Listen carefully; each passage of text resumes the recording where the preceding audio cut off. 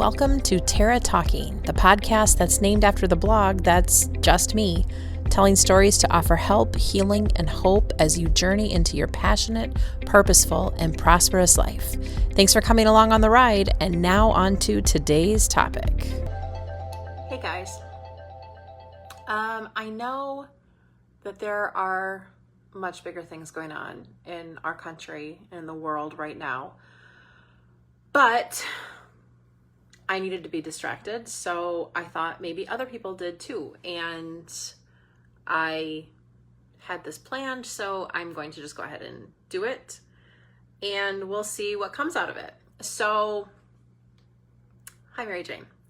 I was thinking through this as if, and it might be a podcast, so if I call you out or if I don't call you out, then you might show up on the podcast.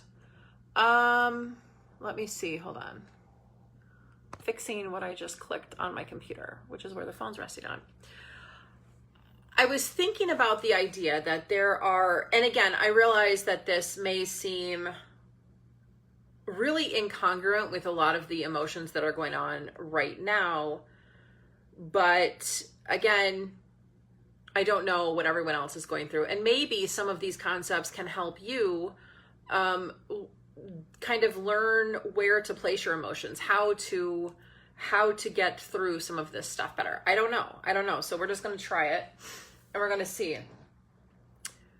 There's this idea that when you come to a place of divorce, and I think even before divorce happens, when relationships start to break down, however that looks, maybe it's with a boss, maybe it's with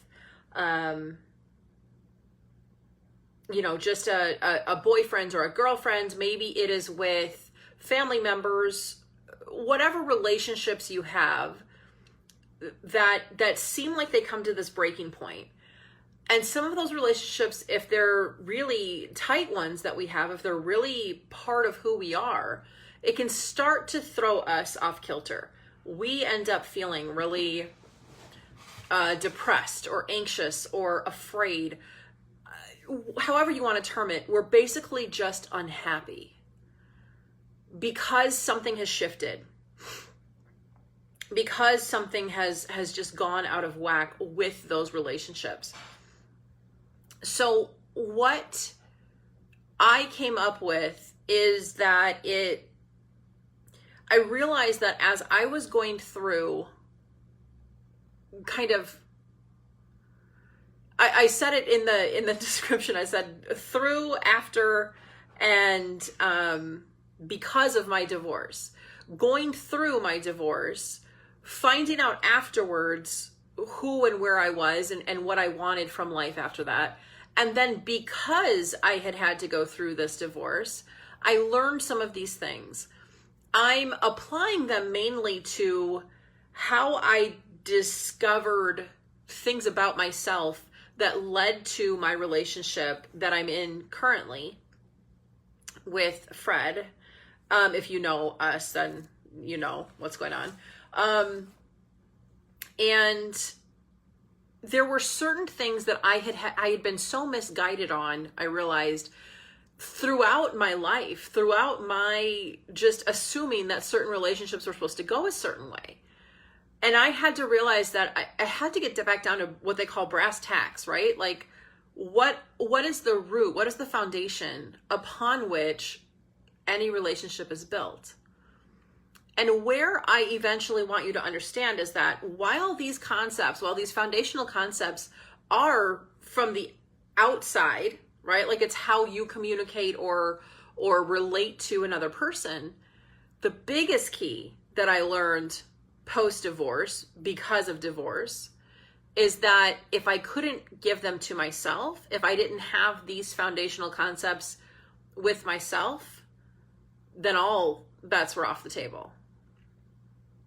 So that's where I want to kind of just put these concepts out there. I think that I want to come back in and then kind of delve into each of them a little bit more on their own for what they are, but just wanted to kind of get the initial foundation laid for what this will look like.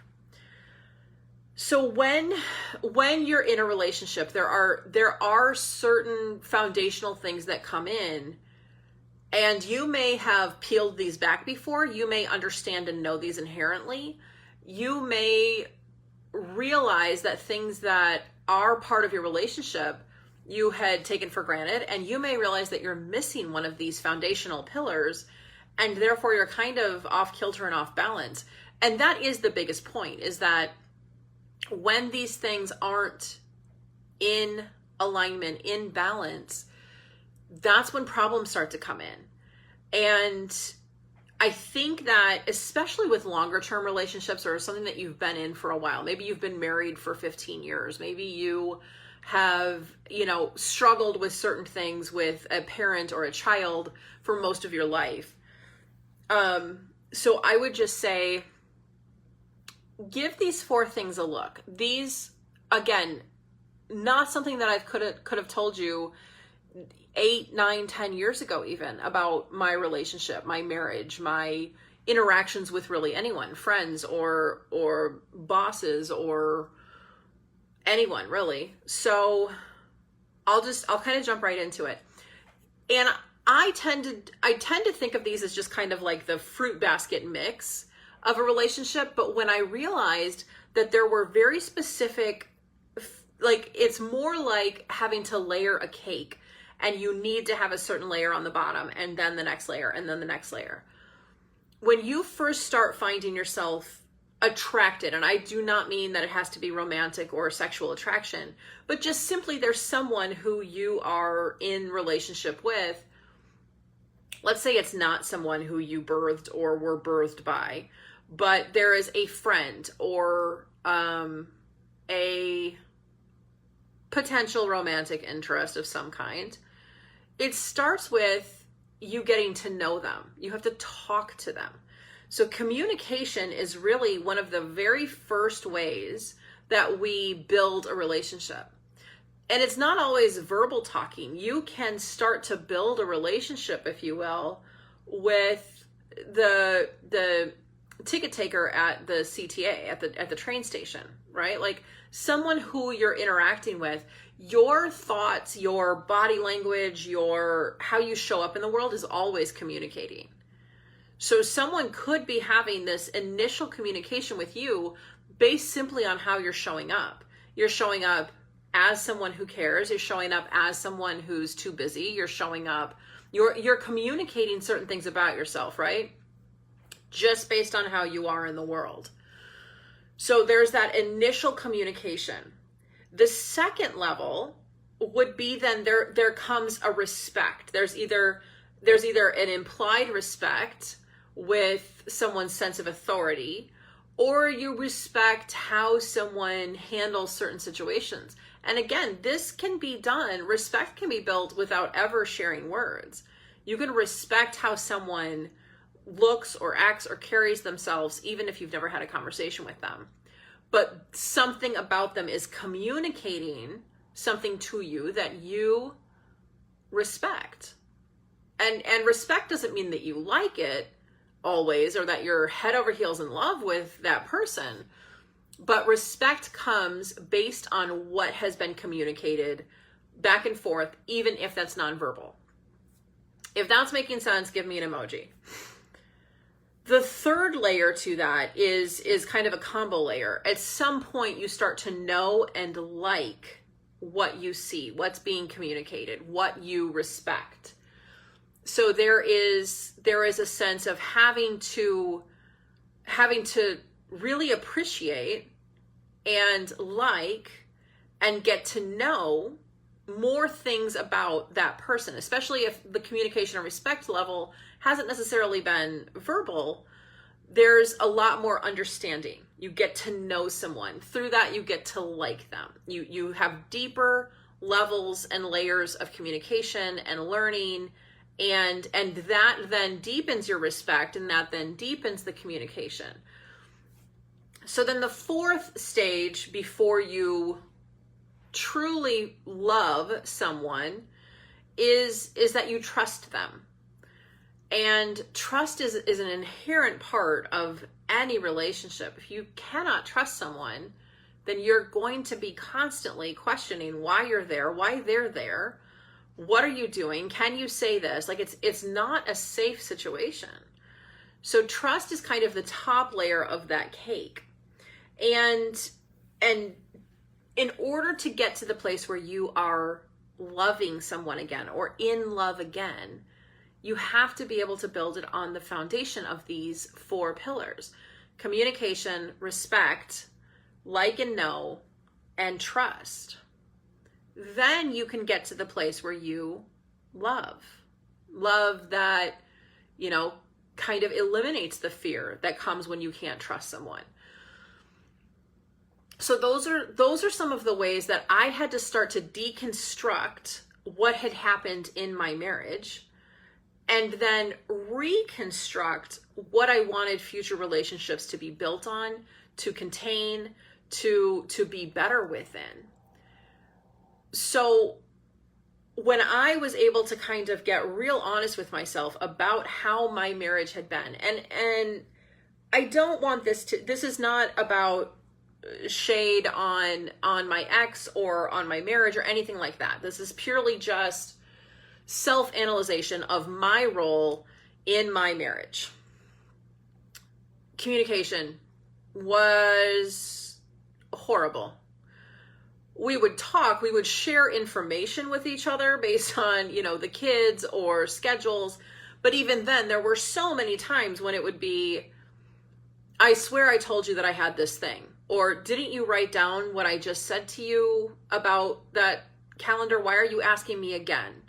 Communication was next to nothing because we weren't really truly communicating out of a sense of who we were. It was just words being said back and forth to each other. That's not real, true communication. That's not sharing in a way that they're... So respect being the next level, when I sit there and can analyze how was my marriage, even that was missing. There was definitely a level of respect just because we were both humans and we respected the sanctity of life within each other. But there wasn't respect of boundaries. There wasn't respect of time. There wasn't respect of, desires and any of that stuff.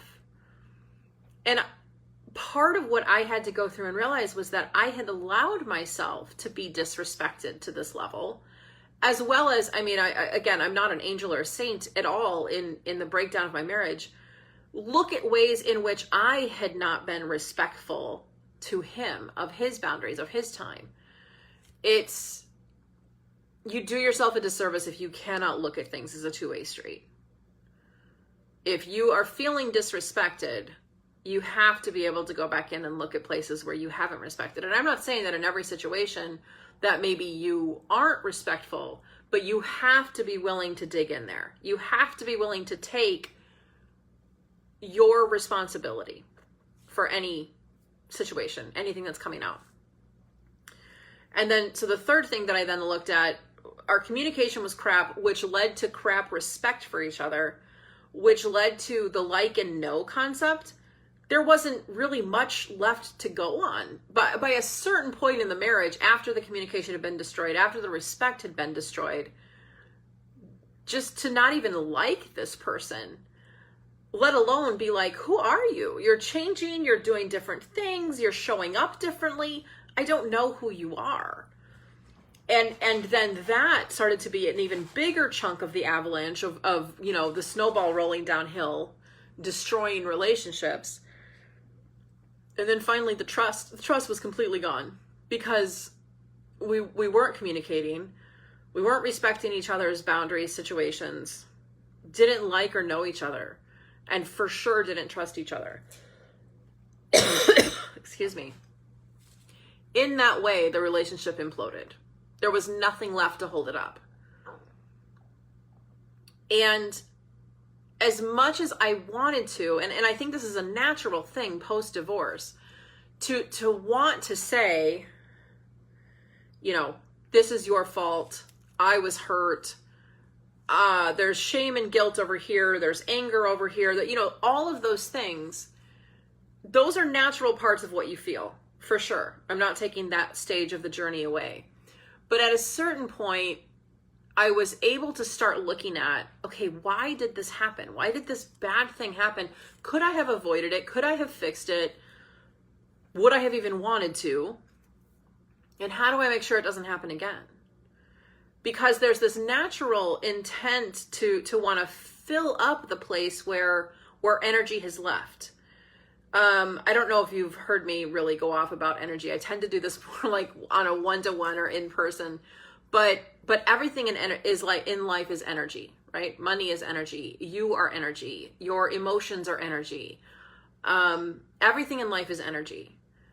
So the disappearance of one person out of my life, out of a major relationship that I, identified with every day, left this kind of negative space. And the natural inclination is to want to fill that space back up with something, someone, anyone, anything, because it feels bad to have negative energy where a thing once was. That thing had turned really negative, but it didn't mean that I was, that I wanted to just live then with this negative black hole void of energy. There was a natural intent to want to fill that up. And for me, what I wanted to fill it back up with was happiness.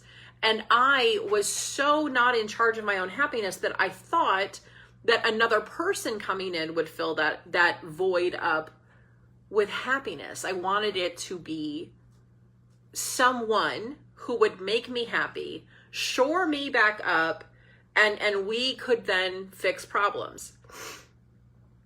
And there was a time when I had wanted that person to be Fred, who is my current boyfriend. And he was like, oh, no, you've got a lot of work to do. And that like shocked me. I was like, how dare you say that about me, right? Like, how dare you assume that I'm not a good person, that I'm not worth being in a relationship with? For the record, he didn't mean any of that. This was, again, speaking from my wounded place, my hurt place, my negative energy place. What that conversation got me to do, though, was to really start digging in, was to really start figuring out, if I crave this happiness and it's not going to come from another person, where's it going to come from? And I started to research this. I started to read everything I could get my hands on about it. I started to listen to podcasts and read some Instagram poetry, which I don't know why I thought that was going to help. I created a private board on Pinterest full of like all these memes of like, you deserve someone who's going to bring you flowers. You deserve the world. All these things that was like, yeah, I do. Like, I need someone who's going to come in and love me the way I've always needed to be loved. None of that is wrong. Don't hear me say that not a single bit of what I did was wrong per se. It was just misguided. It wasn't built on a foundation. And what I eventually started to figure out, and much of this came through just sitting and journaling. I probably have, 3 or 4 notebooks full of just the angst and the working through and the blood, sweat, and tears that came from figuring out those 4 pillars that had destroyed my relationship with my, at the time, husband, were 4 pillars that had also been destroyed in my relationship with myself, if they really truly were ever present. And that was a hard question to go back and ask. Did I ever actually communicate with or to myself who I was, what I wanted, what I needed, what I was here for? Any sense of that clarity of communication with myself? Could I actually answer my own deep questions? The answer was no. I would avoid painful answers. I would avoid asking myself questions that I wasn't quite ready to answer. And if you're ready to be honest with yourself, you know exactly what I'm talking about. There are certain things that you tend to avoid because you know they're painful. And maybe it's not always an internal thing, but there's memories, or there's, you know, situations that you don't ever want to go back and revisit or talk about.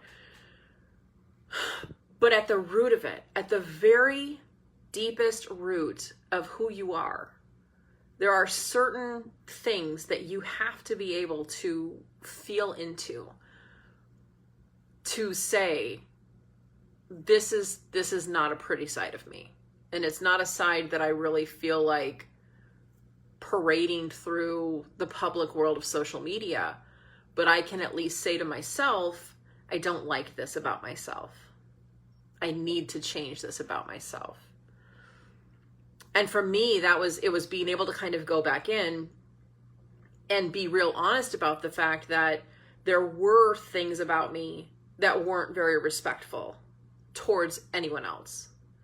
There were things about me that I didn't communicate the best.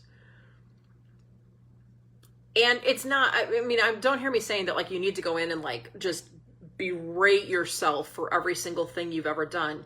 But there are certain things that it's so much easier to put the blame outward, to continue to make it about circumstances and situations that aren't you.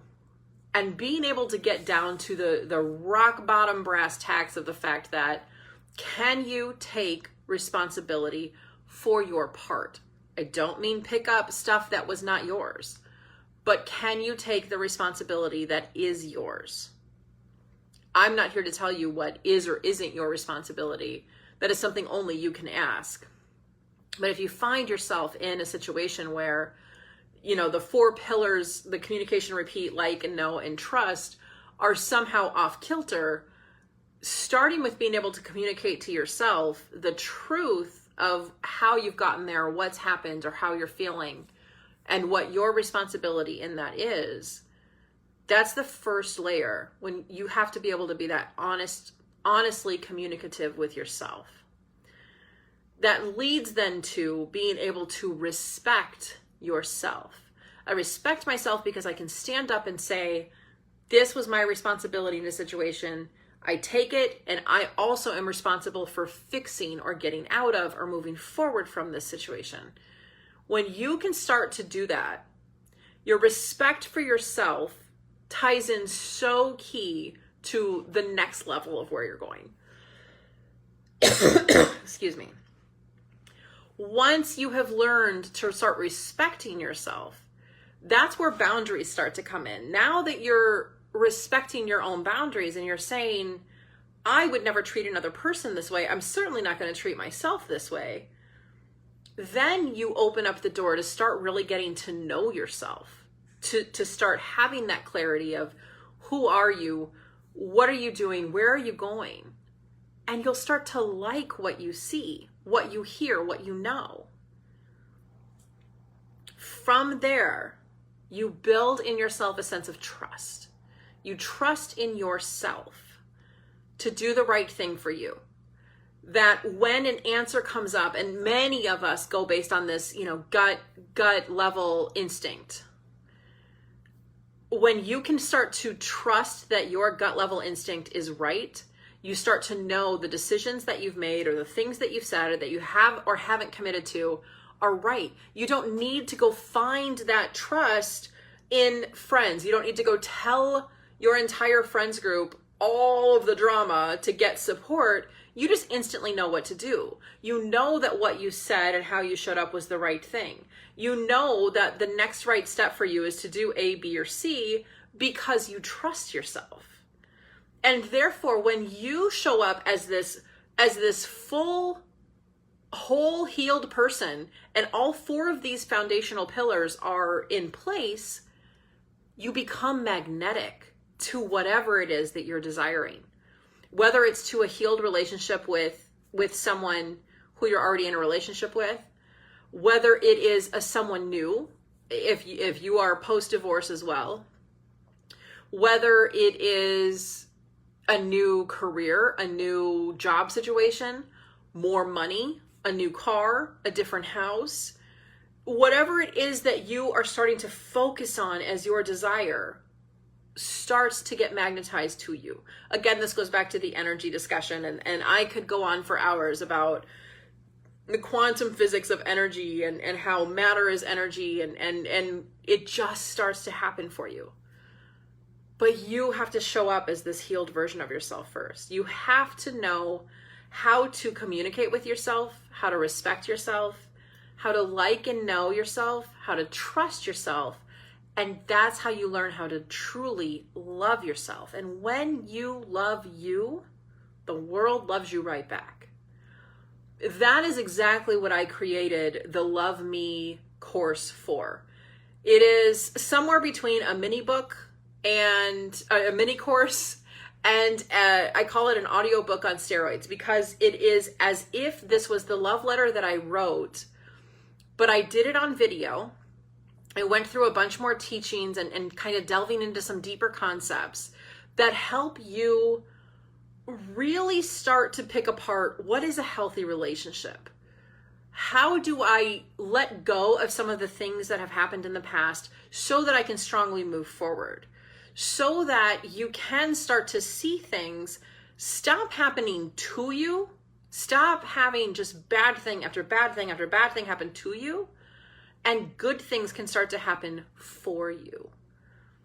So I put all of this teaching, all of this, concepts about loving yourself and digging deep into what that means into a few videos. Each video has its own PDF journaling that goes with it. And a large part of why I include so much journaling is because, again, going back to that communication, you have to be able to ask yourself some hard questions and answer some hard questions. Nothing in your life will change until you get to the place where you're willing to look at something, analyze it, and know why you answer a certain way. So it's this sense of like just being an audiobook. It's the audio training. There's video with it. It's not just audio. You can just turn it on to audio. That's what I usually do. And then you have this journaling to go along with it. On top of that, there's affirmations in there for you, because again, you start to shift your thinking when you start to shift your thoughts. When you are only playing this negative loop track in your mind, you're just staying focused in this place of negativity.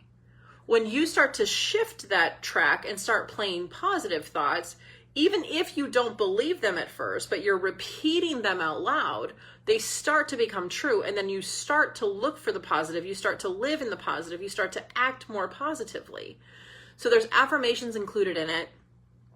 And then if you purchase Love Me, I think, I have not checked it today, so I don't want to give you bad information, but I believe there are a couple more of the coupon codes. What the coupon code does for you is, first of all, you get it at 50% off. So instead of being $27.50, it's $13.25. It's literally a trip or two to Starbucks that it costs. For a world full of change that can happen for you when you open yourself up to these concepts. So you get 50% off with the coupon code. Then you get invited to my December call. It's only for people who are in Love Me. And in December, we're going to be going through how to plan 2021 based on, first of all, everything we've learned in 2020, but with a better sense of boundaries, with a better sense of knowing what do you want your goals to be. This is the only way you can get into this call, is to be in Love Me. And then you also will get, within that, a coupon code, a discount in the amount of the cost of the course for C3C, which is the Clarity, Courage, and Confidence. It is launching again on Black Friday at my 2020 price, and the price is going up exponentially in 2021. This is going to be the last opportunity to get into C3C this year at this price point. So you get the discount of Love Me off of that. So all of the details are in the link. I'm going to put the link into the comments as soon as I get off of this live. I will put the coupon code in there too. You can try it. If it doesn't work, then it means that they are all gone. I can only set it for a certain amount. And I want to have, the other thing that you get, if you use the coupon code, you are using it in exchange for your testimonial. So basically you're getting 50% off, and you get invited into a private Facebook group that I'm having for just the, few of you who use the coupon code.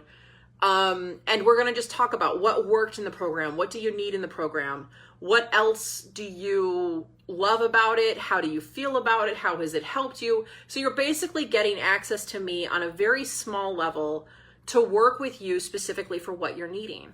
So I'm going to put the link down there in the comments and the coupon code. And I think that that's it. Sorry, my notifications are going off on my phone, so I'm getting distracted. So I need to shut this down. But I just wanted to really talk to you guys about these concepts. Communication, respect, like and know, and trust. That's how you're going to, first of all, heal yourself, and through that, heal your relationships. Building and shoring up each of those to the point where you love yourself. When you love yourself, other people will love you too. Bottom line. Energy exchange for energy exchange. Anyways, that is today's live. I want to hear what you guys think of this. I would love to hear your comments, thoughts. You can send them to me in a DM. Feel free to comment on this live. Send me an email. And definitely go check out Love Me. I made it for you. It is really my love letter to you guys to say your lives can be anything you want them to be. I'm not saying that they're horrible now. Maybe you don't feel that they're horrible now. And maybe you do. Maybe you were also in the place where I was just in so much pain. And I couldn't see a way through the pain. I didn't think there would ever be a time when I stopped crying myself to sleep or stopped breaking down in the shower. I didn't see how life could be better. And if you looked at me from the outside in, you might have thought my life was fine, my life was good. But the pain that I felt inside, that I couldn't even be honest with myself about, was preventing me from seeing how good life was. Maybe you've been there. Maybe you know someone who's there. That's who this course is for. Because you deserve to go to sleep and just go to sleep without crying. You deserve to know that someone else loves you deeply. You deserve to be loved the way that you want to be loved. And that will come when you love yourself. Maybe you've never been taught or modeled how to love yourself. And that's what I want this course to do. I know that it contains so much healing in it. I know that it is meant for so many of you. And I know it needs to get into the hands of a lot of people. It was like I said, instead of just writing a book and putting it out there and saying, hey, here's some things that I think are cool. I did it this way because I want you to be able to buy in fully, to hear it, to write it down, to not just have these concepts be like, oh, that's neat, fold the book up, put it back on the bookshelf and never think about it again. It's because I want these ideas to change your life. Because you deserve whatever it is that you want in life. However you want to feel about life, it can happen. If you don't know, I talked about at the beginning how Fred had initially told me, you have so much work to do. I just want to say that we did eventually find our way to building and having that relationship. Beyond anything that I even thought I could ever have. The communication is there, the respect is there. We like and know each other, we trust each other, and that turned into the love that I had always craved. But I had to give it all to myself first. That's when it got good.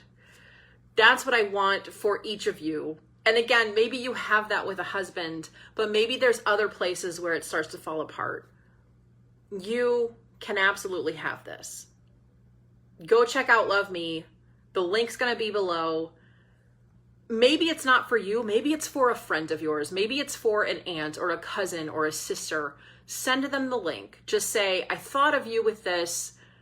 Maybe it'll help. the first module, if you go onto there, you can see the free module. It's a introduction letter from me. Go read that. Check it out. I poured a lot of my heart and soul into it for you. So all of that to say, I hope this helps. I love you guys so much. Love me. Oh, isn't that cute? Go check it out. Love you guys. Bye. Thanks again for listening to this episode of Tara Talking. I'd love to hear your thoughts. Find me pretty much everywhere on the interwebs as @Tara Talking. That's TERRATALKING, or at my blog, taratalking.com. Your reviews, comments, and shares are always so appreciated. May you prosper well as you live your most passionate, purposeful life this week. And as always, keep on keeping on.